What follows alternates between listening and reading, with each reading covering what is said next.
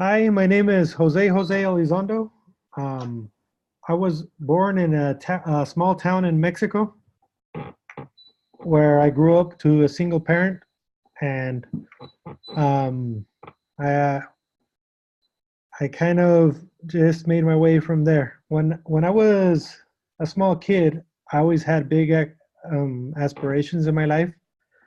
I dreamt to be an inventor. I dreamt to change the world, kind of in a way, and it was kind of tough on my mom being she was the only one there, but she always motivated me. She always was a positive voice for me. She kind of kept telling me I could do anything I wanted in life, that I was strong enough to move mountains. And so that was a very big inspiration for me. Being that my dad wasn't there and I didn't have a role model, someone to follow through as an example. And in our town, where I grew up, our ancestors used to practice polygamy, and so there I have a lot of friends, cousins, and a lot of people from there.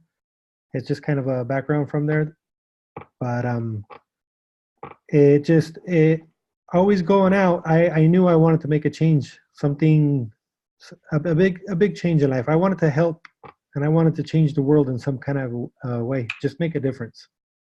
And I would always say that, and my mom would always tell me that in order to do that, I would need to just make a difference in one person's life, not try to change so much, not try to do so much things at once, not overwhelm myself, to just try to make a difference in the daily actions I had with one person, with everybody I met that day. And so those were kind of some of the points I went. It was really a big inspiration for me, for her to stay positive and to give me that kind of motivation, because I always seen, well, I got to see a lot of the bad things of how things were going and stuff. And she, throughout her struggles, she worked 24 hours a day. She had a business there, the store town, where we would pay things. We would people would. She was the one who took the phone business there, and we would be open for 24 hours a day. People would pay their electrical bill, their water bill, and get the mail also at our house. So I kind of grew up in that environment, that we always had to work. We always had to kind of hustle, pushing forward. And um, now the way that's kind of impacted me, um, the town, I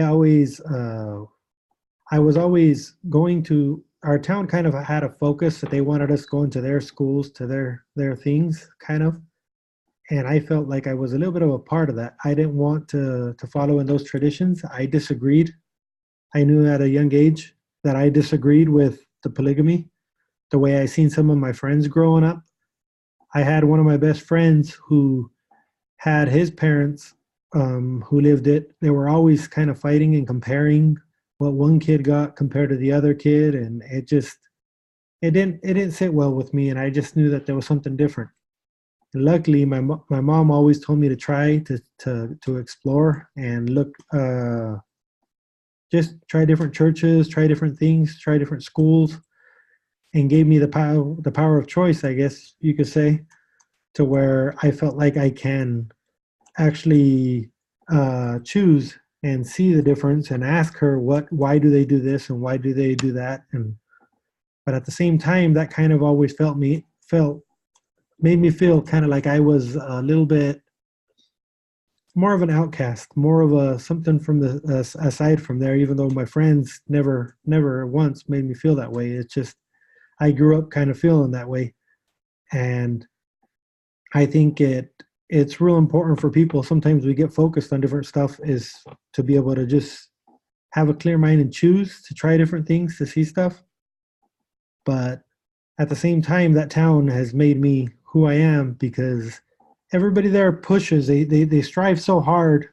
I guess within the struggles themselves, they've pushed so hard to have more. So they always kind of held us at a higher standard.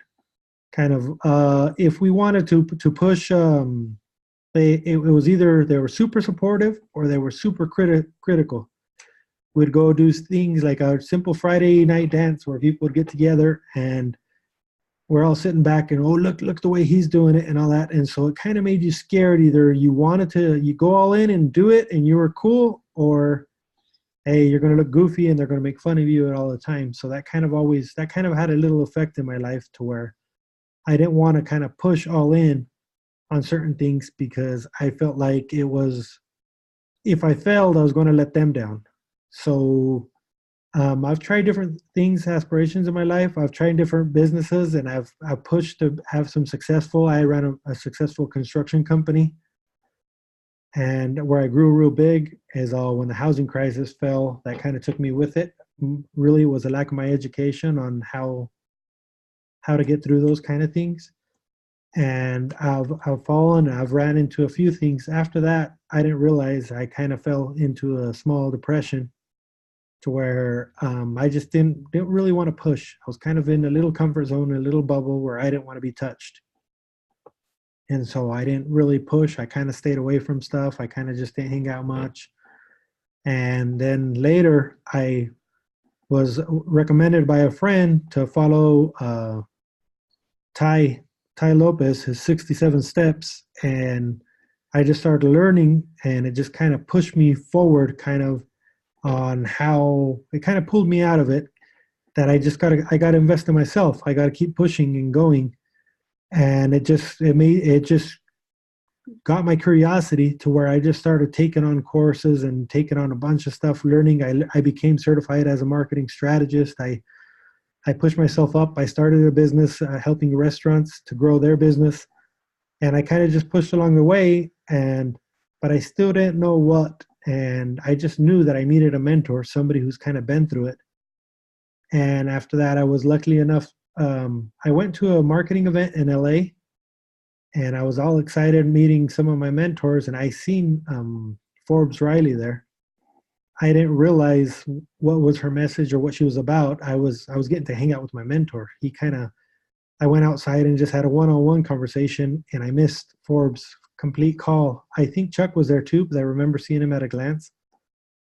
But they were promoting, I kind of make up is they were promoting some book, and I was like, okay, well, I missed that. I didn't know what it is. I'll follow it later. And I just went on with different mentors and kind of taking different lessons, and something just kept drawing me back, to where I finally decided, hey, I'm going to take the time, and I'm going to see who this Forbes is. And luckily I did. I went through a few things, a few steps, and I got on a coaching with her. And after that, she kind of just broke a lot of my barriers. I was feeling really down, really defensive, really closed down, and she helped me get through a lot of that, which later brought me to kind of just striving, just going for it. And a lot of the goals that I have set for the end of the year later just kind of pulled together, and all of a sudden started happening. Like everything just started falling into place. I can't really explain it. It started going very well for me. And I was just achieving different parts of success in my life.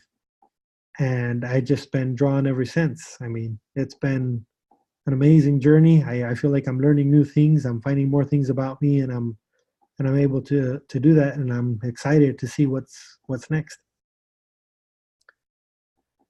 I guess that's me. That's Jose Elizondo, and I'm excited to see where we go next.